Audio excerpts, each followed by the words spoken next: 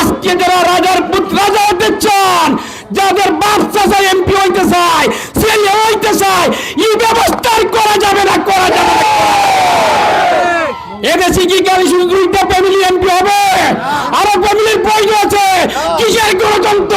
গণতন্ত্র মানে সমাজ ব্যবস্থা। গরিবের যে অধিকার, রিস্কাওয়ালার সেই অধিকার, বাগানবাড়ির যে অধিকার, মুসলমানের সেই অধিকার, অধিকারকে আপনারা আগে ফিরিয়ে আনুন। আজকে দেখেন চুনারঘাট মাধবপুরে তাকান, বাংলাদেশের দিকে তাকান, গোটা 2-3টা ফ্যামিলি দেশে রাজত্ব করতেছে। সেই রাজত্ব সাধারণ মানুষের কাছে ফিরিয়ে আনে, প্রমাণ করেন এদেশে সঠিক গণতন্ত্র, এদেশে সঠিক স্বাধীনতা আছে। আজকে দেখেন যে শহীদ জিতুর কথা বলা হয়েছে, শহীদ জিতুর মারা গেছে একটা গরিব পরিবারের ছেলে। বড় লোক মরছেনি, বড় লোক সুন্নি জামাত যাইতো ট্যাক্সে না, এর টেকা আছে, টেকা দেওয়াতে না একটা কুস্তা করে নিব। এ বেটা সুন্নি জামাত হতে ফেমিক না, সে দুইও মিনিট দুইও বাচ্চা মারবো।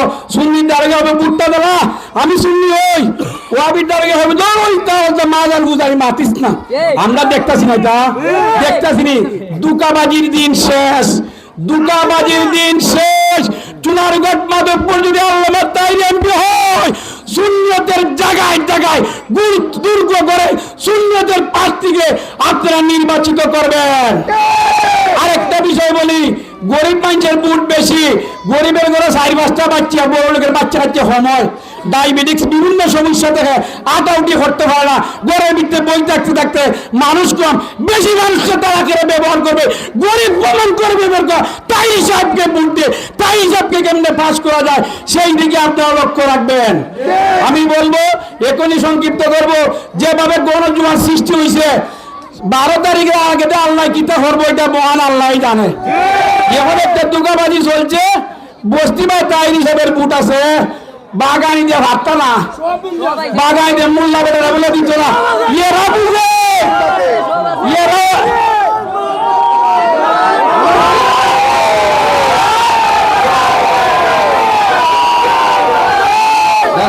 তারা বুঝে, বাগানবাসী বুঝে, বাগানবাসী বুঝে, কোন মোল্লা কোন লাইনের, কোন হুজুর কোন লাইনের, বাগানবাসী বাবা হইলে বুঝে না, ফেসবুক চালায়। দুটাবাজির দিন শেষ, মোমবাতি বাংলাদেশ।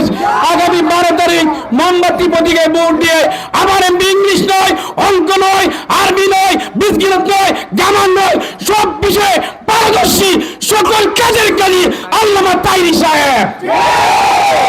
আপনাদের কাছে উদাত্ত আহ্বান জানাবো। এই আমি প্রথম যে আহ্বান জানাবো, 1 নম্বর আহ্বান হচ্ছে আমার সুন্নি জনতার প্রতি। আমার সুন্নি জনতা, সুন্নি জোট আর কোনদিন ভুল করবেন না।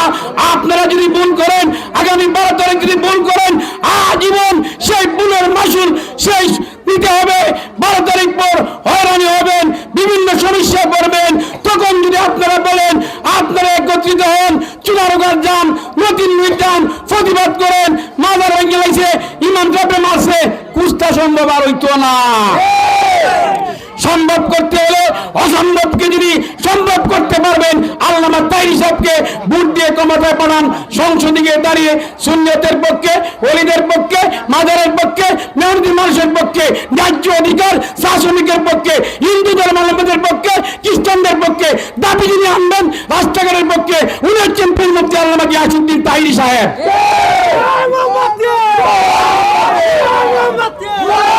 আপনারা লক্ষ্য করেছেন, চুনারঘাট মাধবপুর যেমন জুয়ার মোমবাতি রাইছে, যে জুয়ার সারা বাংলাদেশে দেখতেছে মানুষ।